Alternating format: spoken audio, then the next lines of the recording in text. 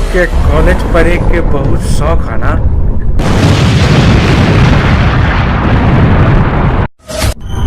आज तो ऐसा पढ़ाई कि नीचे से ऊपर तक पूरा कंप्लीट हो जाए।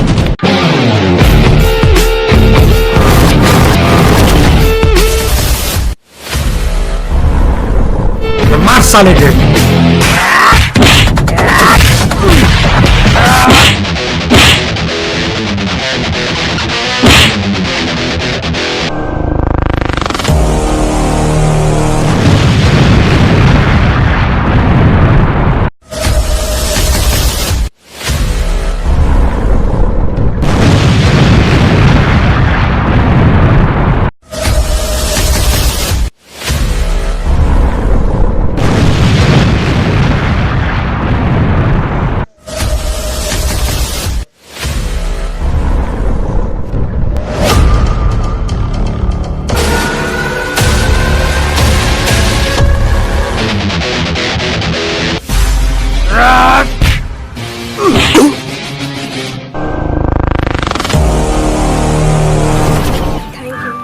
अरे यार थैंक यू के का बात बा, ई त हमार फर्ज बा।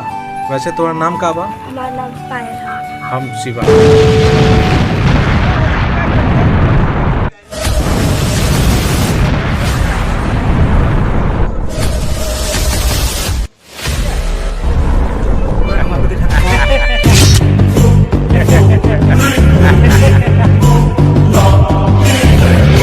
ठाकुर साहब हमरा माफ कर दी। ठाकुर साहब हमरा से बहुत बड़ी गलती हो गई। ठाकुर साहब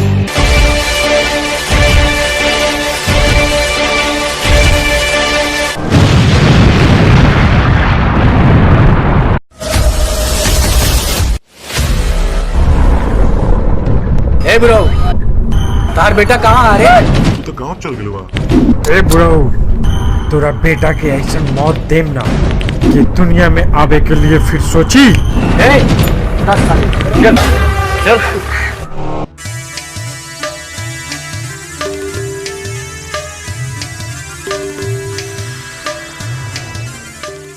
फिर अगलू तू परेशान करे।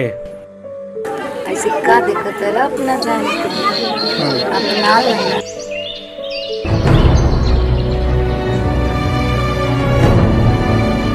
हम तो के कितने बार कहली पगली, तू हमके दिल से निकाल द, भूल जा हमके।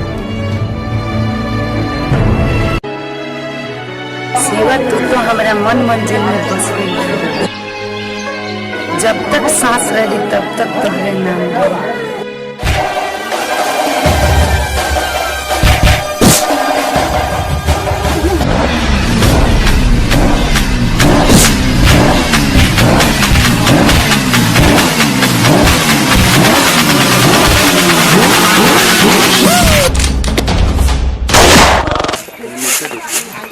माई हम कॉलेज जाता हूँ। ठीक है माई? ठीक है बच्चा, अपन ख्याल रखिए। ठीक है माई। छोटू जल्दी चलो, तोहरे खातिर मैं रोज लेट हो जाता। चलो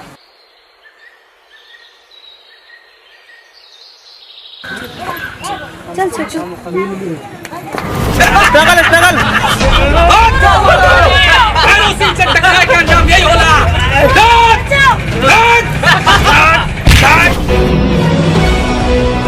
का बोली पायल?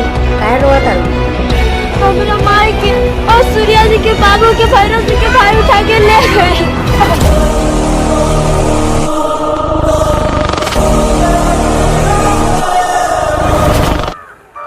हम शिवा हम तरह के कुछ बताना चाहते। मैं तो के एक बात बतावे के चाहता नहीं। ना पहले तू बता। ना पहले तू बतावा। पहले तू बता। पहले तू ही बतावा। अच्छा तो हम तरह के एक सरप्राइज देने वाला हैं। ठीक है बतावा। हम अब तोहरा के अपने प्यार से बुलाते हैं।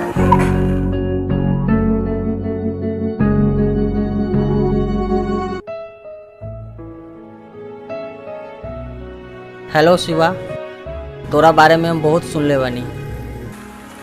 अच्छा शिवा, तू हमरा के कुछ बतावे वाला रहला? ना ना, तोरा प्यार के देख के हम भूल गेली। अच्छा ठीक है, बता। बाय शिवा। हाल और कौन कॉलेज गई राघव?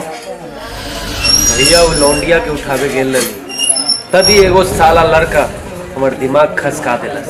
पूरा खानदान के सर्वनाश कर देवे के बा। ना भैया ना, अभी वो उचित समय ना आइल बा। कि सबके सर्वनाश करेंगे। आवे दी उचित समय सबके शमशान भेज दे।